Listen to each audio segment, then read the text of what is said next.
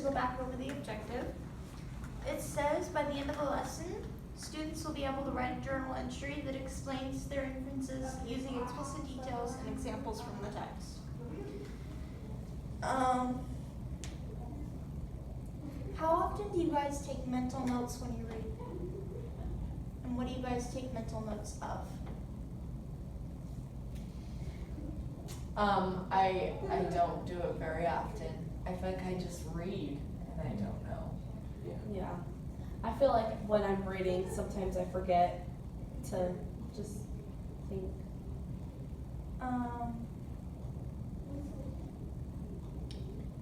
Do you ever keep track of the details in the text while you're reading? Not really, because that's when we forgot. Because we just keep reading it and like we forgot like what happened in the past, and then we go back and read it again. It takes a lot of time for us. Yeah. Sometimes I remember, and sometimes I remember what it's about, and that's good. That's a detail, right? Okay. So I'm gonna ask you guys to read along while I read this text.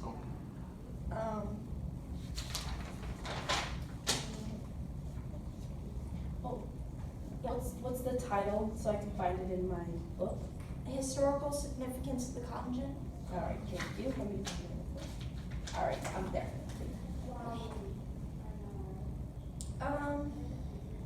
Well, this will take up some time since you're second. The cotton gin, patented by American-born inventor First of all, we're gonna do the same thing we're gonna do. Eli Whitney in 1794, revolutionized the cotton industry by greatly speeding up the tedious process of removing seeds and husks from the cotton fiber.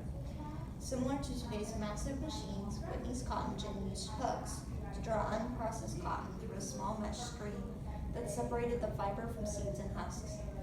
As one of the many inventions created during the American Industrial Revolution, the cotton gin had an enormous impact on the cotton industry and the American economy, especially in the South. Unfortunately, it also changed the face of the slave trade for the worse. Born on December 8, 1765 in Westboro, Massachusetts, Eli Whitney was raised by a farming father, a talented mechanic, and an inventor himself. After graduating from Yale College in 1792, Eli moved to Georgia after accepting an invitation to live on the plantation of Catherine Gray, the widow of an American Revolutionary War general. On a plantation named Mulberry Grove near Savannah, Whitney learned of the difficulties cotton growers face trying to make a living. While easier to grow and store than food crops, cotton seeds were hard to separate from the soft fiber. Forced to do the job by hand, each worker could pick the seeds from no more than about 1 pound of cotton per day. Shortly after learning about the process and the problem, Whitney had built his first working cotton gin. Early versions of his gin, although small and hand-cranked, were easily reproduced and could remove the seeds from about 50 pounds of cotton in a single day. The cotton gin made the cotton industry itself explode. Before its invention, separating cotton fibers from its seeds was a labor-intensive and unprofitable venture. After Eli Whitney unveiled his cotton gin, processing cotton became much easier, resulting in greater availability and cheaper cloth. However, the invention also had the byproduct of increasing the number of slaves needed to pick the cotton, and thereby strengthening the arguments for continuing slavery. Cotton as a cash crop became so important that it became known as King Cotton, and it affected politics up until the end of the Civil War. Eli Whitney's cotton gin revolutionized an essential step of cotton processing. The resulting increase in cotton production dovetailed with other industrial inventions, namely the steamboat, which greatly increased the shipping rate of cotton, as well as machinery that spun and wove cotton much more efficiently than it had been done in the past. These and other advancements, not to mention the increased profits generated by the higher production rates, sent the cotton industry on an astronomical trajectory. By the middle of the 1800s, the United States produced over 75% of the world's cotton, and 60% of the world's total exports came from the South. Most of these exports were cotton. Much of the South's suddenly increased quantity of ready-to-weave cotton was exported to the north, much of it destined to feed the New England textile mills. When he died in 1825, Whitney had never realized that the invention for which he is best known today had actually contributed to the growth of slavery and, to a degree, the Civil War. While his cotton gin had reduced the number of workers needed to remove seeds from the fiber, it actually increased the number of slaves the population owners needed to plant, cultivate, and harvest the cotton. Thanks largely to the cotton gin, growing cotton became so profitable that the plantation owners constantly needed more land and slave labor to meet the increasing demand for the fiber. From 1790 to 1860, the number of U.S. states where slavery was practiced grew from 6 to 15. From 1790 until Congress banned the importation of slaves from Africa in 1808, the slave states imported over 80,000 Africans. By 1860, the year before the outbreak of the Civil War, approximately 1 in 3 residents of the southern states was a slave.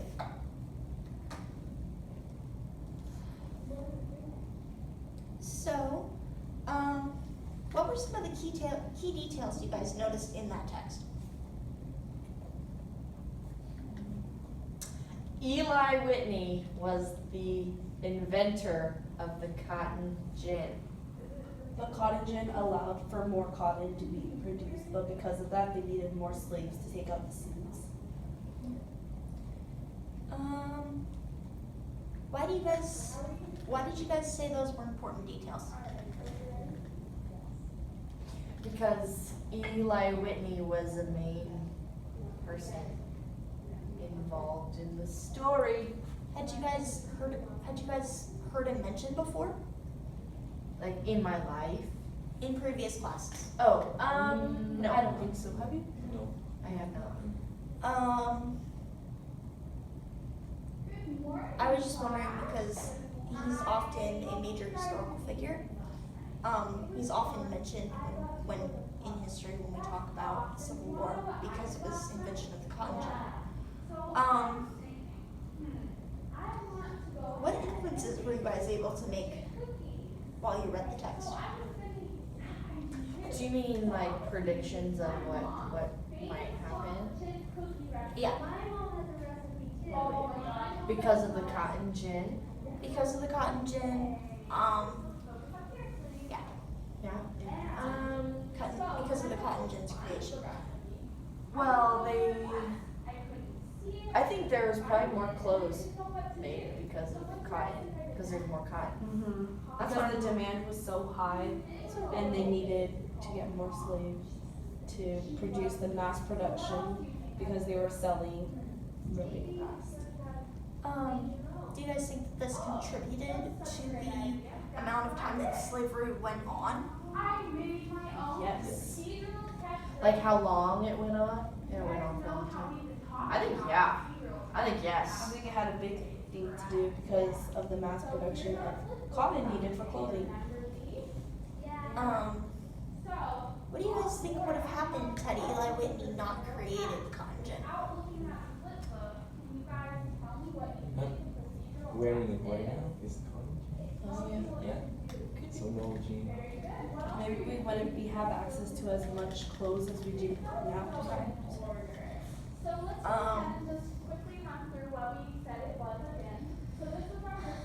Do you guys have any other questions about the text?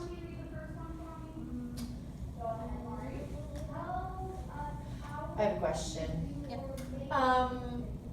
Because the slaves did the cotton gin help? Did it help this the amount of time that the slaves went on, or did it go down?